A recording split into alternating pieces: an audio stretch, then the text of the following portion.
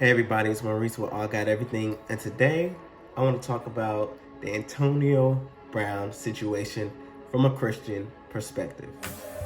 It's gonna be alright, alright. It's gonna be alright. Thank you guys. If you're watching this channel, go ahead and hit the like button, hit the subscribe button. And today, I'm always talking about encouraging individuals who are dealing with areas, stress, depression, anxiety, whatever you're going through. We're going to show you what the Bible says about it and how you can overcome and make it through. Now, a lot of people had so much to say about what's going on with Antonio Brown. And if you're watching or if you saw what happened in the last game, here's a little clip of what happened. Antonio Brown, that's Antonio Brown without his uniform, we are told, without his jersey, and running onto the field. I don't know if that could have been a penalty. All right, Jen Hill, get after that. Now, a lot of you or a lot of people were quick to say it's a mental health issue. This is going on, that is going on. But at the end of the day, we do not have all the facts. You don't know exactly what's going on with him. You don't know exactly what situation transpired. We just went off with the first instinct of what the media said about the situation. Now, as believers, we do that a lot of times where we prejudge people prior to actually analyzing the situation and realizing what the root matter or cause is. If it is a mental health situation going on with Antonio Brown, did you say, oh, bless his brother, pray for him? Or did you just automatically attack him and write him off?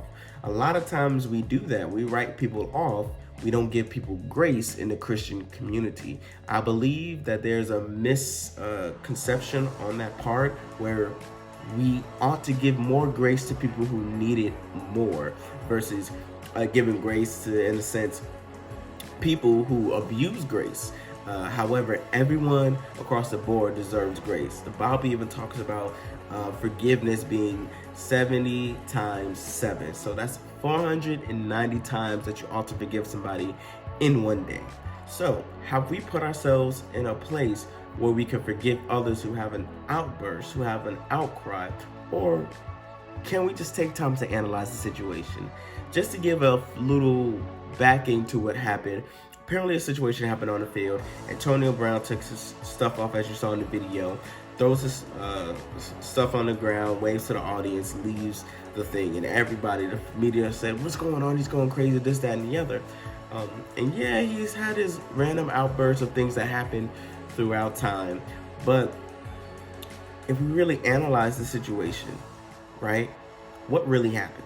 Some people say, like Antonio Brown, I believe he stated that he had an injury and they were trying to force him to play, and he wouldn't comply with what they were trying to do, so he got up and left. Some other sources have said that they were preventing him from reaching a certain milestone and not wanting him to play.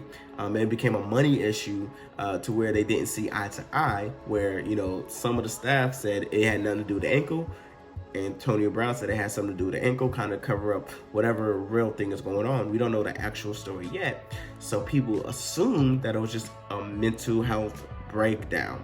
And even if it was, let's say, not Antonio Brown, but somebody had a random outburst and they were triggered. So we often get triggered by particular situations. This could have been his trigger, or someone in a similar situation could have been triggered. And it does not help us to attack the trigger or attack the person in their place of vulnerability. Especially in the Christian community in the church, we have a habit of attacking somebody when they're most vulnerable instead of bringing them in and hearing them out. They're like, I did this big thing. And we immediately attack them versus saying, let me pray for you, let me give you grace, let me see what your situation is, let me see what your point of view is in order for me to properly address your situation. No, we just write them off, we just cancel them, we just jump right into the thick of it with our own opinions and thoughts, and then later we kind of try to give them Jesus. And then we get mad when they reject Jesus because we don't give them Jesus first. We give them ourselves first and then Jesus after. If you're a believer and say Antonio Brown came up to you, how would you approach them? Would you say, man, what happened to you in that? Or Are you okay? What's really going on? Can I pray for you? Can I help you? What would your initial response have been? Or look at people in your own life who've been triggered. They storm off. Family members, friends, they have their triggers. And they leave, they storm off, or they have their episodes, if you want to call it an episode. What is your response to them as a believer, right? How would Christ respond to them, right? So what are you doing to make sure that you're emulating Christ in every area that we put ourselves in the media space, in the areas of that where we conduct ourselves as Christ-like individuals? What are you doing to show Christ to every single individual? Now, I want to talk about dealing with triggers and dealing with roots, right? Just using him as an example. What can we do to deal with those triggers? Well, first we have to analyze the root cause of it. There's usually an underlying issue that someone has not dealt with, and whenever a certain trigger happens, they automatically jump to that level of being triggered, right? They jump to that level of impulse. They just jump to that magnitude of frustration, of anger, or whatever it is, because they're brought back to that place. So first, what we must do is identify what it is that triggered us. Go back to the root.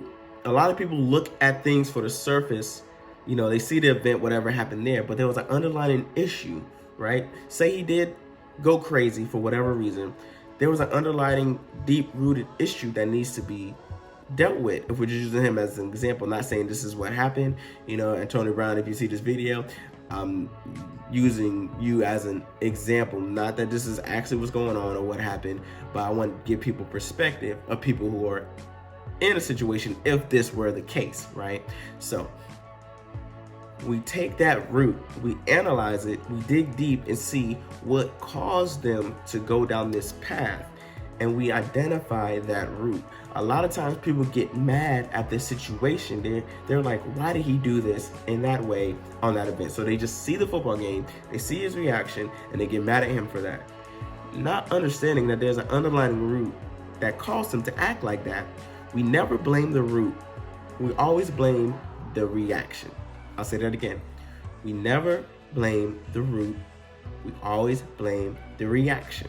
So we have to be careful, especially as believers, when people react based on what has taken place when there's a deeper issue at play.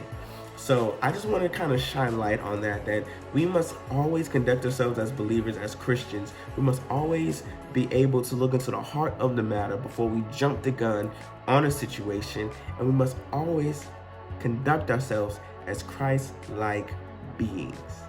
And so if you know somebody that has underlying issues, that has triggers, that has dealing with certain things, make sure you approach them with the love of God. Make sure you approach them with the peace of God, and make sure you show them Christ so that they can receive Christ in their own hearts. Thank you guys for watching this video, and as always, be encouraged, be blessed, be inspired. It's gonna be alright. It's gonna be alright.